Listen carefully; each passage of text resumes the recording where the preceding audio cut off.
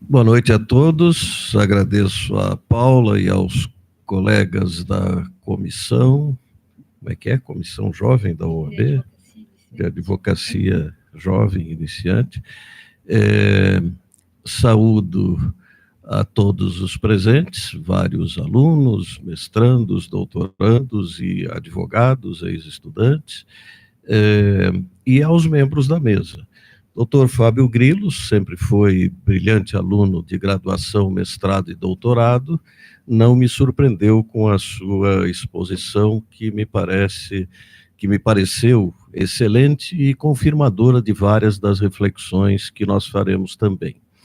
O doutor Francisco e o doutor Alexandre eu conheci hoje, mas foi uma satisfação presenciar as suas exposições, altamente esclarecedora a exposição do doutor Francisco e demonstradora do que nós temos de competência nas nossas administrações tributárias também. O doutor Alexandre, embora escolhendo um ponto específico, que me parece muito interessante, porque permite aprofundar e verticalizar a reflexão nesse ponto que ele escolheu, e o brilhantismo da exposição do Dr. Alexandre ficou explicado ao longo da exposição, porque ele esclareceu que é de Paranaguá, né? Nós sabemos que Paranaguá é o berço da civilização brasileira, da civilização paranaense, inclusive do ponto de vista jurídico, né? Na verdade, Curitiba é um arrabal de um bairro de Paranaguá, que é a capital moral do estado. Bom, eu também sou de Paranaguá, mas sempre existem exceções, né? Muito bem. Deixe-me começar por uma rápida reflexão sobre o tema reforma tributária. E eu começo lembrando um filme da década de 70, naquela época, vocês ainda não estavam interessados em direito tributário, chamava-se, do Luiz Buñuel, o cineasta irreverente e contestador do surrealismo espanhol, chamava-se Esse Obscuro Objeto do Desejo.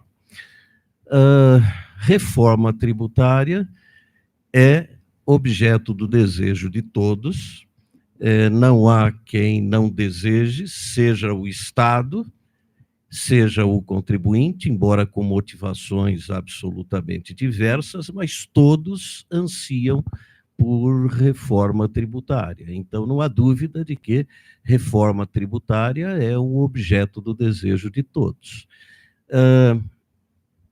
Só que é um objeto do desejo obscuro, não é um objeto do desejo claro, porque a expressão reforma tributária, se ela é usada como há 2 meses atrás, num congresso de procuradores,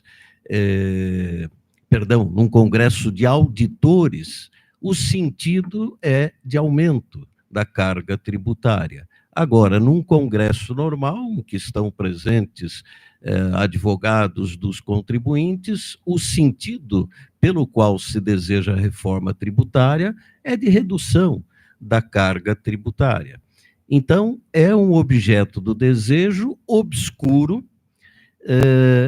e eu diria que seria preciso aumentar um pouco mais o título do filme para expressar bem a realidade da reforma tributária, porque a história tributária do Brasil é uma história de reformas tributárias.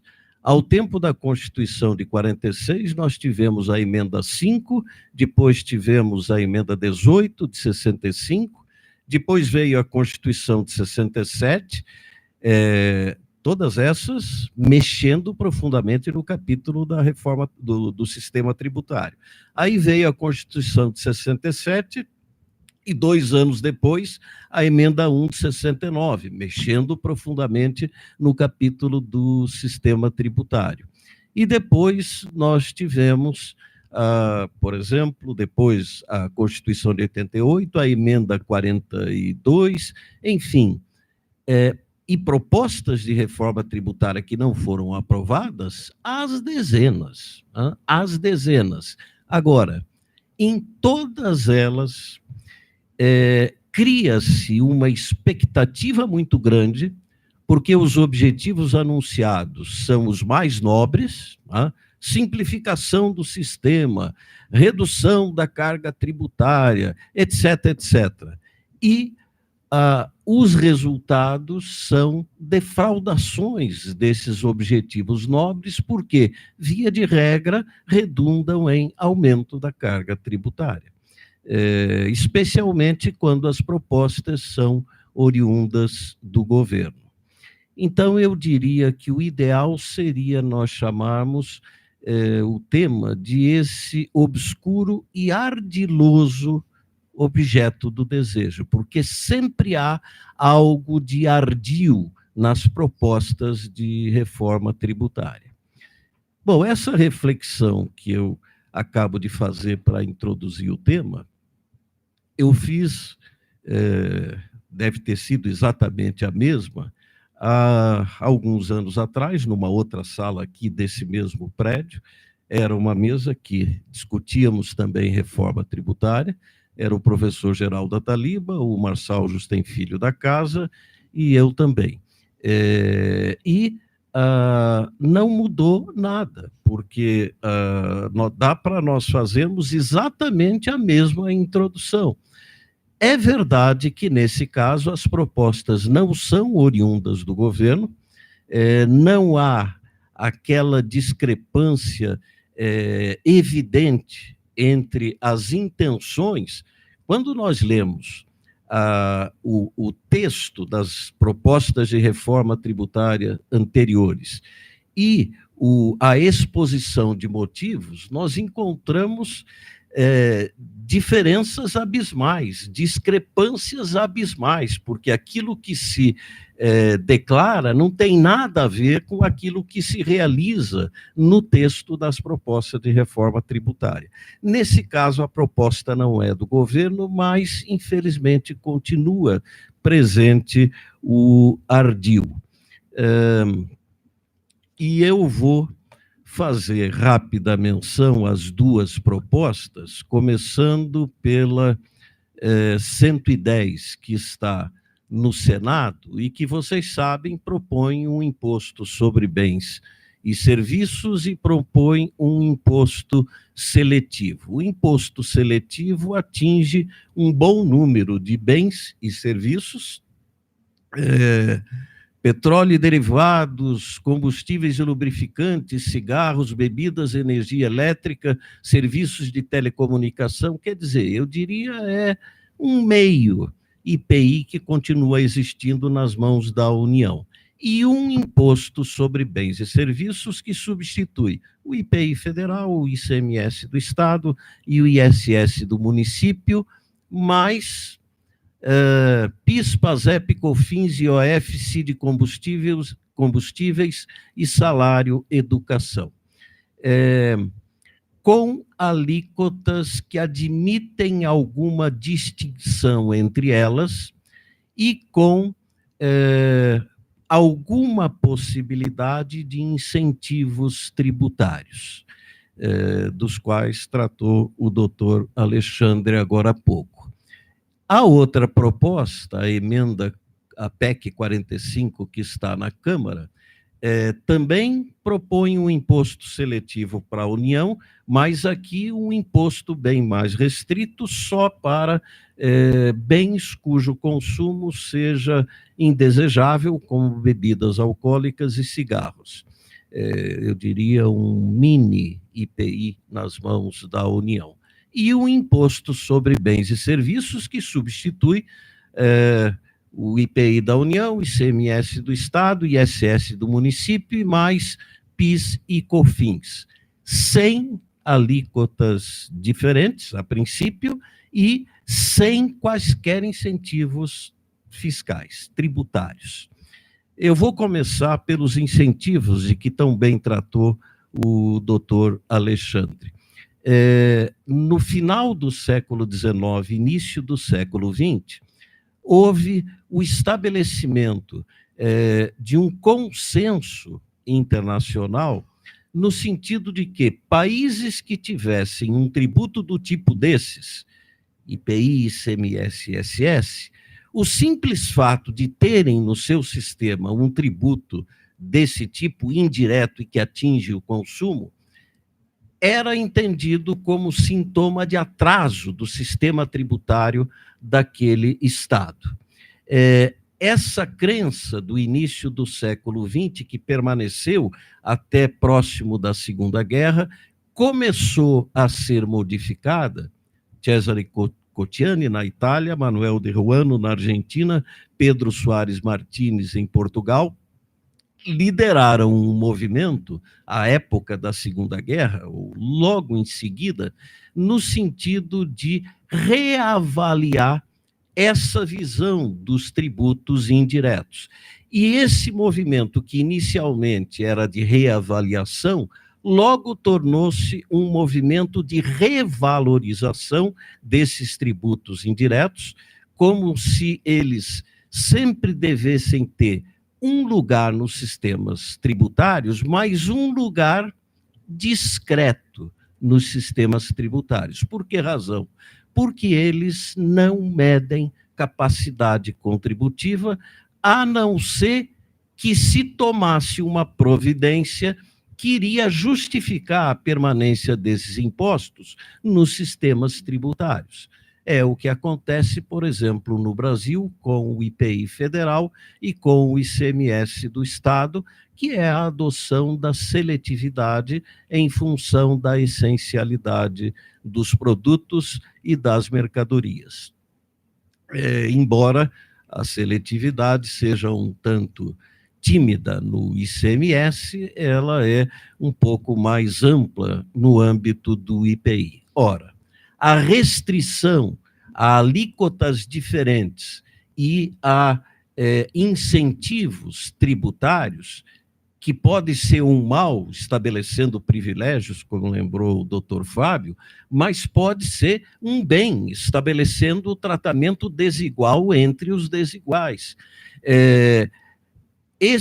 Essa diferenciação de alíquotas e incentivos restritos em uma das propostas e praticamente expulsos do sistema na outra proposta, diminui enormemente a possibilidade de atendermos à capacidade contributiva, não do ponto de vista de quem faz a operação, mas do ponto de vista do consumidor.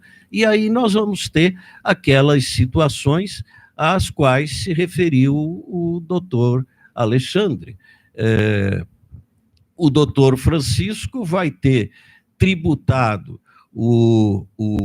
o sapato dele, de couro de crocodilo australiano, da mesma forma que o meu Vulcabras. O doutor Fábio vai ter tributado o vinho Chateau de Quem, de $5.000 a garrafa que ele toma, da mesma forma que o leite que eu tomo também. Tá? Isso que acontece quando não se possibilita a avaliação, mesmo que indireta, da capacidade contributiva. Agora, o outro ponto que não posso deixar de mencionar, e mencionar de forma forte, quando eu sentei aqui na mesa, eu fiquei um pouco incomodado com o vento que está aqui na minha cabeça, especialmente na área desguarnecida em termos capilares. Mas, na verdade, o vento é bom, porque me impede de criticar demais com a força que eu gostaria de criticar esse ponto sobre o qual nós vamos nos debruçar agora. A PEC 110 Não, deixa eu começar pela outra. Nesse ponto, a 110 é pior do que a 45. A PEC 45 diz que estados e municípios vão perder ICMS e ISS, mas será preservada a autonomia dos estados e municípios, porque eles podem mexer na alíquota, na sua parte da alíquota do imposto sobre bens e serviços. Ora, isso significa manter a autonomia dos estados e municípios? Isso significa, de fato, preservar federação? O que é competência tributária? É a habilitação que a Constituição dá para uma esfera de governo instituir o tributo. E o que é instituir? É editar a lei com os dados que compõem a estrutura fundamental do tributo: hipótese de incidência, sujeito ativo, sujeito passivo, base de cálculo e alíquota, né? O que vai acontecer no âmbito da PEC 45? Uma lei complementar vai instituir. Estados e municípios podem mexer na alíquota, e o que isso tem a ver com manutenção da autonomia? Alguns anos atrás, nós tivemos na Argentina, com a preocupação do limite da capacidade contributiva, da vedação ao efeito de confisco, a determinação de que as alíquotas não poderiam ultrapassar 33% no máximo. E aí, o governo central e as províncias todas reduziram as alíquotas a 33%. Resolveu o problema? Não, porque no dia seguinte as províncias elevaram a base de cálculo. Ora, ficar a alíquota nas mãos, alguma liberdade para estados e municípios, não lhes dá autonomia nenhuma. O que é autonomia? Próprio, nomia de norma, elaborar as normas, as regras para a nossa própria vivência. Agir de acordo com as regras que disciplinam a nossa vida. Isso significa poder legislar. No caso da PEC 45, é lei complementar que vai legislar. No caso da PEC 110, é até mais interessante, porque a PEC muda o 155 e põe lá: compete aos estados compete aos estados o imposto sobre bens e serviços. Mas aí acrescenta: por intermédio do Congresso Nacional. Como é que os estados têm competência em relação a imposto sobre bens e serviços se ele vai ser criado pelo Congresso Nacional por lei complementar? Isso significa dizer: compete aos estados aquilo que, na verdade, compete à União, né? Porque é ela que vai estabelecer os dados todos da estrutura fundamental do tributo. Ora, com essa reflexão, o que eu quero chamar a atenção de vocês, o doutor Francisco mencionou agora há pouco, é que está se desrespeitando não só o princípio da capacidade contributiva e da igualdade, ao se restringir alíquotas e incentivos tributários, mas está se violando de uma forma acachapante o princípio que assegura autonomia para as esferas de governo, que é o princípio da federação. Todos esses que eu mencionei, igualdade, capacidade contributiva e princípio da federação, estão lá no artigo 60, parágrafo 4º da Constituição, como cláusulas intocáveis do texto constitucional. E o que diz a Constituição? Que é vedada uma emenda constitucional que seja contrária ao princípio da federação? Não. Que é vedada uma emenda constitucional que guarde alguma tendência contrária. Ou seja, nós estamos diante de propostas que estão destinadas ao malogro do ponto de vista jurídico. São propostas que nós não podemos sequer tolerar, do ponto de vista estritamente jurídico. Há uma... Eu não me recordo se não tive tempo de ir confirmar, não me recordo se é do La Fontaine ou do Esopo, mas é de um desses fabulistas clássicos, a história do menino que, diante do qual foi colocado um recipiente de vidro cheio de doces, e foi dado a ele um prazo de 20 segundos para ele colocar a mão dentro do vidro e retirar o que ele quisesse. O que ele conseguisse retirar seria dele. E o menino, mas se ele não o fizesse dentro dos 20 segundos, ele perderia tudo. O menino colocou a mão, encheu o máximo possível, mas a boca é sempre um pouco menor do que a circunferência do vidro, encheu o máximo possível a mão e viu que não conseguia tirar a mão. Aí soltou um pouco e viu que ainda não conseguia tirar a mão, enfim, passaram-se os 20 segundos e ele não conseguiu ficar com doce nenhum. O que quiseram aqueles que propuseram essas reformas tributárias foi algo que é típico de uma nova Constituição, porque querem alterar todas as bases do nosso sistema tributário no que diz respeito a esses tributos. E aqui eu volto à exposição inicial do professor Fábio Grillo, que precisa nesse ponto. Há muito a reformar no nosso sistema. A não cumulatividade do ICMS deixa muito a desejar, do IPI deixa a desejar, contribuições, PIS e COFINS são não cumulatividades apenas parciais. O imposto de renda é um tributo progressivo, segundo a Constituição, mas a partir dos R$5.000 ele não é mais progressivo, ele é só proporcional, porque a tributação é sempre com 27,5%. E nós temos uma tributação que, em termos de atingimento do patrimônio, é mais ou menos a média da OCDE. Em termos de renda, fica 20 pontos abaixo da média da OCDE, e em termos de consumo, 20 pontos acima da média da OCDE. Então, tem muita coisa que é possível corrigir, mas, como disse o doutor Fábio, infraconstitucionalmente. Não é preciso mexer no texto da Constituição para corrigir muito do nosso sistema tributário.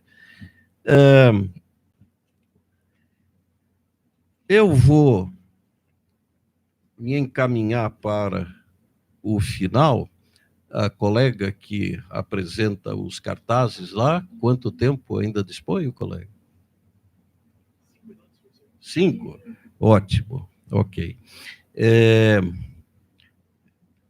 Não devia ter perguntado, devia ter esperado que ela mostrasse os 5, porque aí eu interpretaria. Só falei 5, tenho mais 15 ainda, né? Pessoal,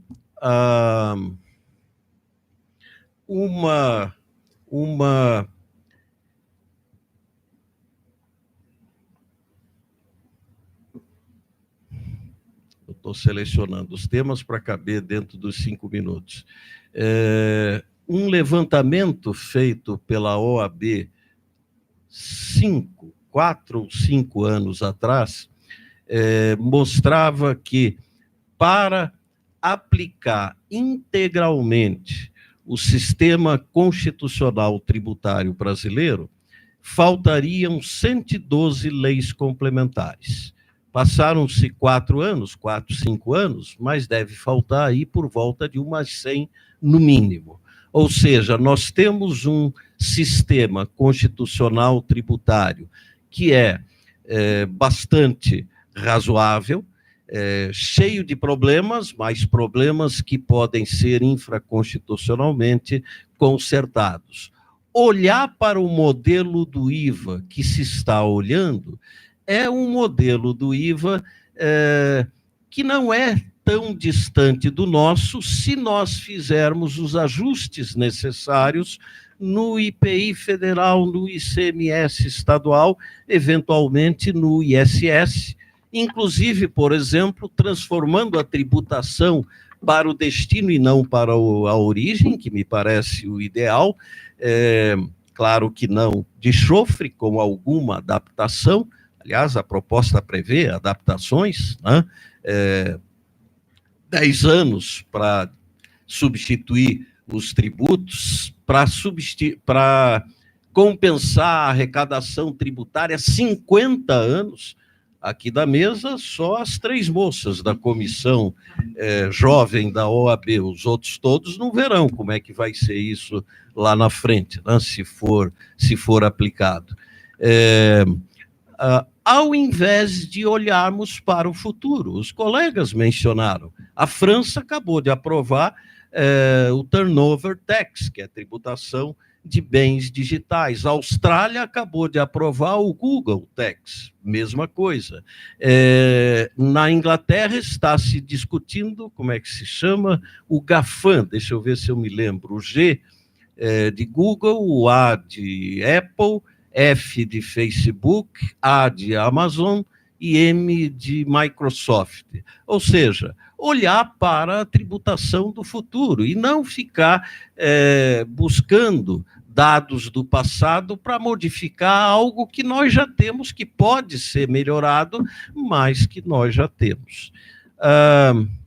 Um consolo que eu tenho diante de propostas assim, que deixam a desejar, é uma localização que foi feita pelo Dante Alighieri na sua comédia, que a posteridade adjetivou de divina, que coloca aquelas pessoas que fazem propostas que contêm ardis, defraudações e traições, e são traições à nossa Bíblia jurídica, que é a nossa Constituição.